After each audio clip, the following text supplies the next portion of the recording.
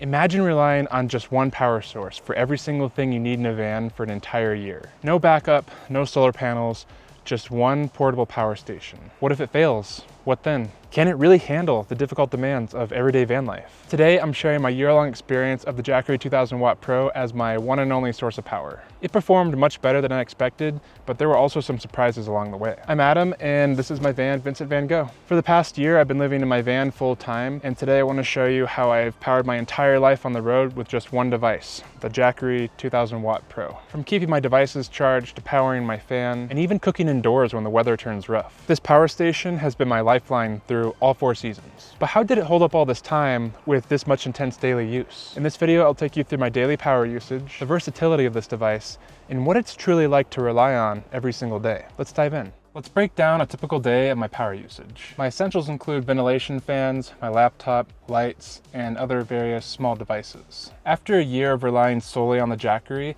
I've really learned how to manage all of my energy needs effectively, because I can only take in 2000 watts at a time. Before I started this whole journey, I had no idea how much it would affect me and how much gratitude that I would have for something as simple as power. Living in a van makes you realize just how valuable a resource like power truly is, especially when you can only carry in 2000 watts of power at a time to use. It really gives you a huge newfound appreciation for power, especially since a lot of us take it for granted. I really didn't have an appreciation for how much power I was using in a house or an apartment compared to when I was living in a van. Fans are important for airflow, especially on warm days. I find that I don't really like to turn my fan off until it dips below 45 degrees, and even then I'll turn it on low because I'd much rather have the ventilation throughout the van than no ventilation at all. My max air fan pulls roughly 40 watts, converting to roughly 400 watts a day if I run it for 10 hours a day. Then there's my phone, which I constantly use for navigation, documenting my journey, and staying connected to the world with my Verizon mobile hotspot. My most demanding energy consumption is editing videos. Editing videos demands a lot of power, and I've definitely noticed a difference in how much power consumption that I use since switching laptops. When I used my old Lenovo Legion gaming laptop, it drew around 80 to 100 watts while in use. So on heavy editing days, I'd be using anywhere between 240 and 300 watt hours just on editing, and that's a lot of power. This meant that I had to recharge the Jackery almost daily if I was working a lot. Recently, I upgraded to a MacBook Pro, which has been a game changer in terms of energy efficiency. I can edit for hours on just this laptop battery alone, and there's no drop in editing efficiency, which is really great. When plugged in, this MacBook only draws about 30 watt hours while I edit, which brings my editing power usage down to about 90 watt hours for a similar session. With this setup, I can edit between 2 to 3 times longer compared to my old Lenovo before needing a recharge. This incredible efficiency increase has really expanded the lifespan of the Jackery's charge. Instead of having to recharge every day,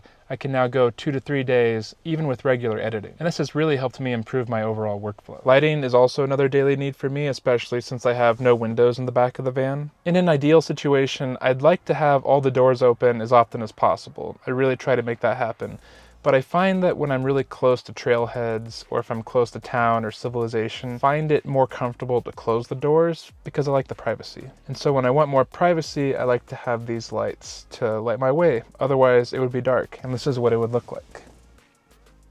A little too dark. If I wanted even more privacy, the curtain would be closed, so it would be pretty dark without them. I found these multicolored LED tube light strips on Amazon, and I found that they work pretty good. You could change it to any color that you want, and the lights themselves draw about 11 watts. It's not a lot of power. It does add up after a while, but it's pretty cool that you can change all the colors, and they've lasted quite a bit. You just hang them around the perimeter here, and they reflect off the metal surface. Provides enough light for me during the day and night. I can get away with running these lights for quite a long time before I have to worry about it drawing too much power. The Jackery's display shows real-time power usage. This helps me monitor and ration power if I'm off-grid for an extended amount of time, which is really helpful. On an average day with the MacBook, fan, phone, and lights, I'm averaging about 510 watt hours. If I were still using my old Lenovo system, that average would jump up to a total of 660 or even 720 total watt hours, which is such an incredible jump. With the Jackery's 2,000 watt-hour capacity, I now have the ability to go 2 to 4 days out into the wilderness before having to come back to recharge, depending on how much editing that I do. It's amazing how much of a difference a power-efficient laptop can make in van life. Super expensive, and it was quite an investment, but after having to not have to charge my battery as much, I'd say that it was worth it. The Jackery also really proved its worth during the monsoon season in California. I don't know if you're familiar, but every few years California has like 7 years of zero rain and then another 7 years of just floods. And when I was in California, I happened to be during that period of 7 years of lots of rain and floods. And so the monsoons were really intense and incredible. Just these storms would bring in all this moisture, way more than California was used to. And it would just rain for like a week.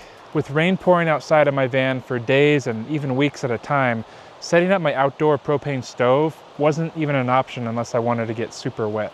During this time, I got an electric kettle and I found I could plug it directly into my Jackery. It's not a complete solution, but having the ability to heat up hot water for stuff like coffee, oatmeal, noodles, that goes a long way to raise your spirits during cold and wet weather. This power station has made van life more manageable in so many ways. Whether it's for cooking in bad weather or just keeping my lights on during the winter when it's super dark out and I need to see and find my stuff. I love the portability of the setup. This is probably the largest size that I would want in a portable power bank. It's hefty, it's around 40-ish pounds, but it's still manageable enough to carry between short and medium distances. I've taken it to the beach and relaxed by the river on nice days, and I like how it enables me to have power in places where I normally wouldn't and I would be off-grid. From my indoor cooking setup, to my laptop, to my fans and my editing, the Jackery powers everything that I need on a daily basis and hasn't failed me for over a year. This power bank has become the backbone of my setup, and I couldn't have asked for a better experience. Using it has just been so simple, fast, and easy. You just have everything that you need right there in this little powerful box. One of the best features is the speed and charging flexibility that it offers. I often charge my Jackery in public places like Starbucks and Subway, so it's really important for me for it to be able to absorb as much power in as little of time as possible.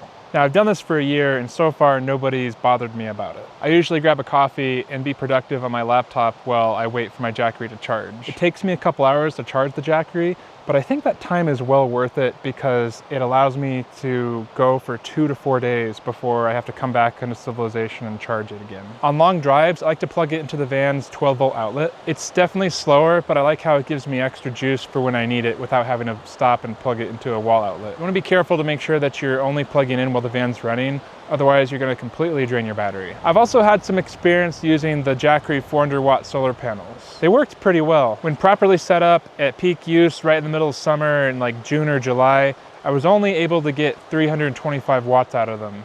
The issue for me was, in my use case, is that they were a little bit bulky and they took up a little bit too much space, so I ended up selling them.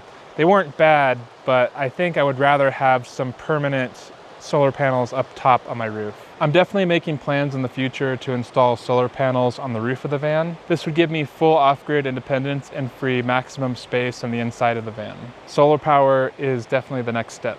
With solar, I could be completely independent and I wouldn't have to go into town and take that extra time to charge in a coffee shop for 2 hours. I'm starting to look into lightweight and stealthy options to maximize both my power and stealth for ability for stealth camping. This would make my life way more sustainable and independent, and the only thing that would limit me from staying out is just food, water, and gas. Overall, the Jackery 2000 Watt Pro has been a definite game changer for me while living in my van this past year. It's powerful, flexible, and reliable, and it's everything that I need to stay connected and comfortable while living on the road.